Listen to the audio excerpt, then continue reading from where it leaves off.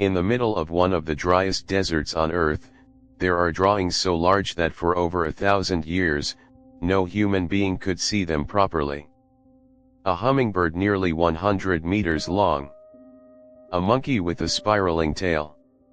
A spider stretched across the desert floor. Hundreds of perfectly straight lines, some running for over 30 kilometers without deviating. They can only be fully appreciated from the air. But airplanes were not invented until 1903. So who made them, and more importantly, why would an ancient civilization spend enormous time and effort creating art that they themselves could never properly see for decades? This question fueled theories ranging from ancient astronaut landing strips to messages for the gods. In 2022 and 2023, artificial intelligence helped researchers discover more than 300 new figures, nearly doubling everything we thought we knew. And the pattern that emerged finally gave us our best answer yet. Welcome back to the hidden archive where history hides its secrets. Today we are going to the Peruvian desert to solve one of archaeology's most enduring puzzles. Subscribe if you're new. A new mystery every week.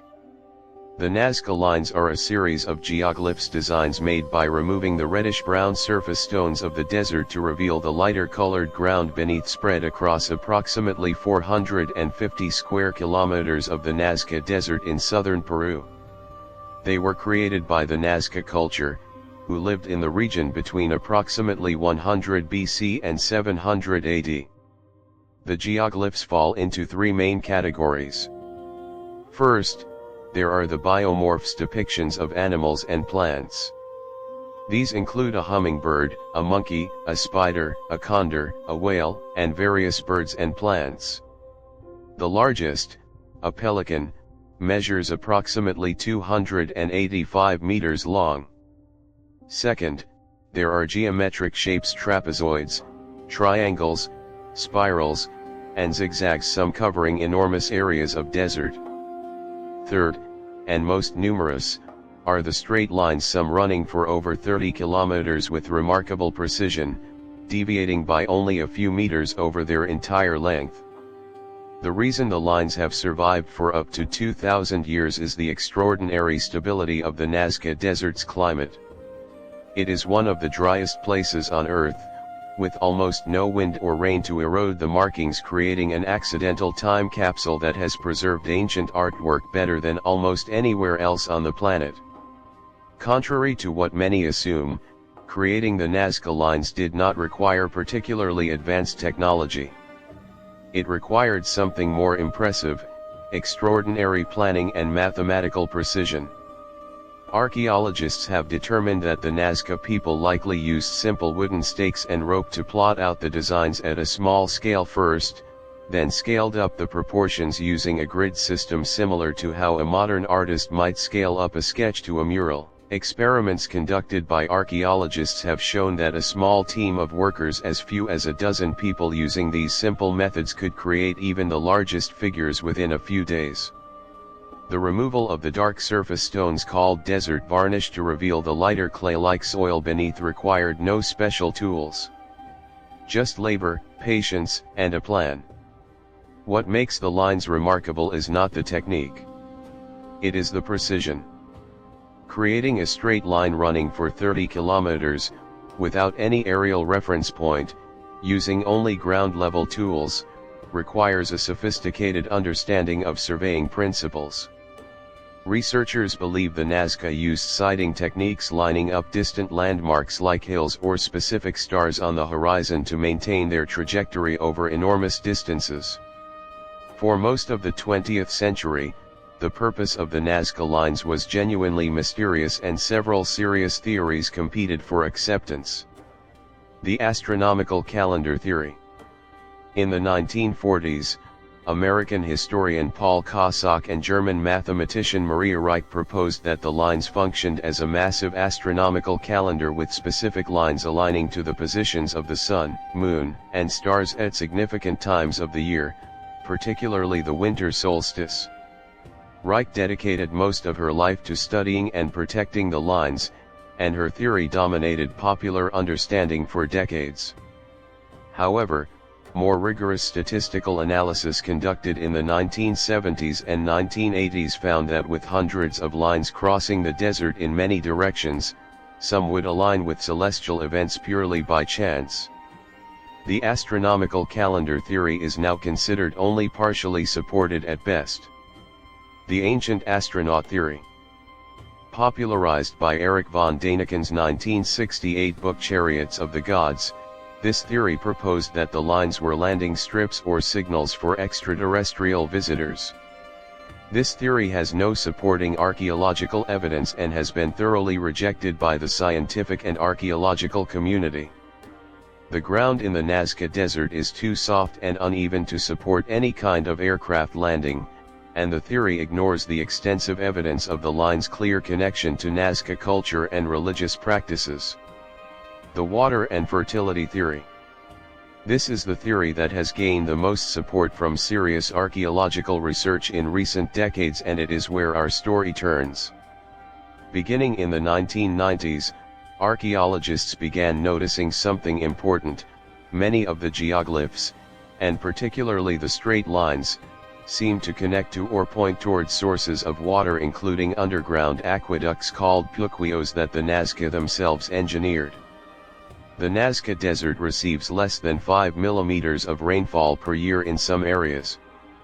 Water was, without question, the single most critical resource for survival. Archaeologist Johan Reinhard and later researchers proposed that the lines functioned as ritual pathways walked during ceremonies performed to ask the mountain and sky deities for water and agricultural fertility.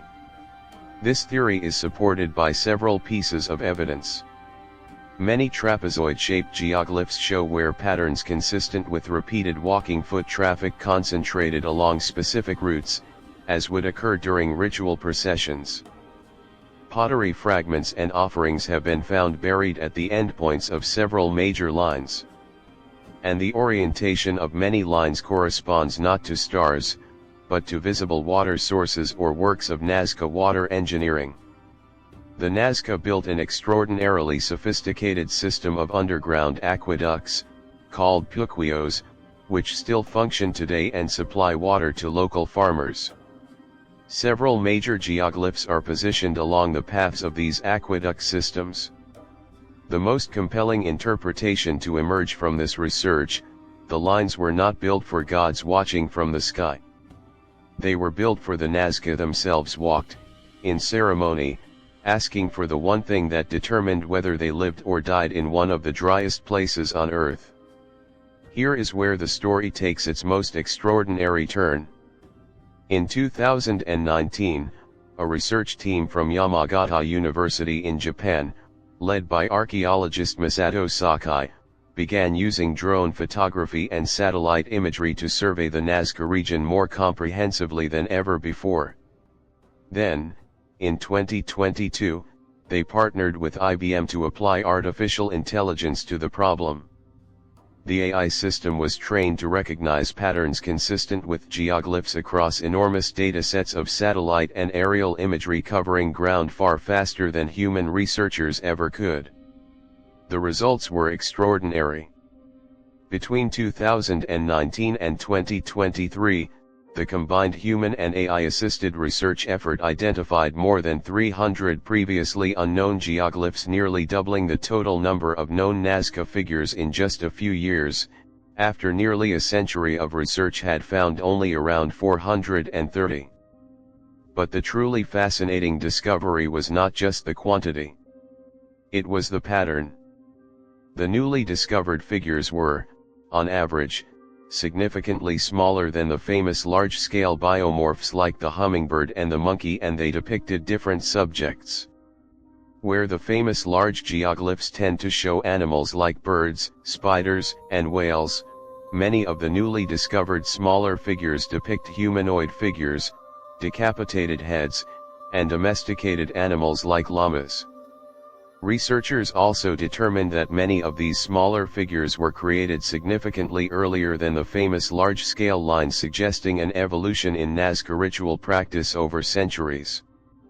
The earliest, smaller figures appear to have been placed along footpaths, meant to be seen at close range by individuals walking past them, possibly as personal or small group ritual markers. The later, massive geoglyphs, the ones famous around the world, appear to have been created for larger communal ceremonies, walked collectively by larger groups. Here is the twist that the AI discovery revealed. The Nazca lines were never one single project with one single purpose. They represent nearly 1,000 years of continuously evolving religious practice, starting as small, personal ritual markers along walking paths, and gradually evolving into massive communal works of sacred landscape art. This completely changes how we should think about the famous images. The giant hummingbird, the monkey, the spider, these were not created in isolation as one grand unified plan. They are the visible peak of a much larger, much older, and much more intimate tradition of walking, marking, and praying across this landscape that most of the world never knew existed until an AI found it. And here is what should give us pause. Researchers estimate that even with the AI-assisted discoveries, we have likely still only found a fraction of what exists. The technique that found 300 new figures in a few years is still being refined and applied to new regions of the desert.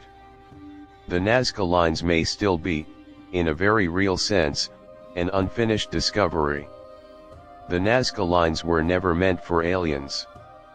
They were never a landing strip, and they were probably only partially an astronomical calendar.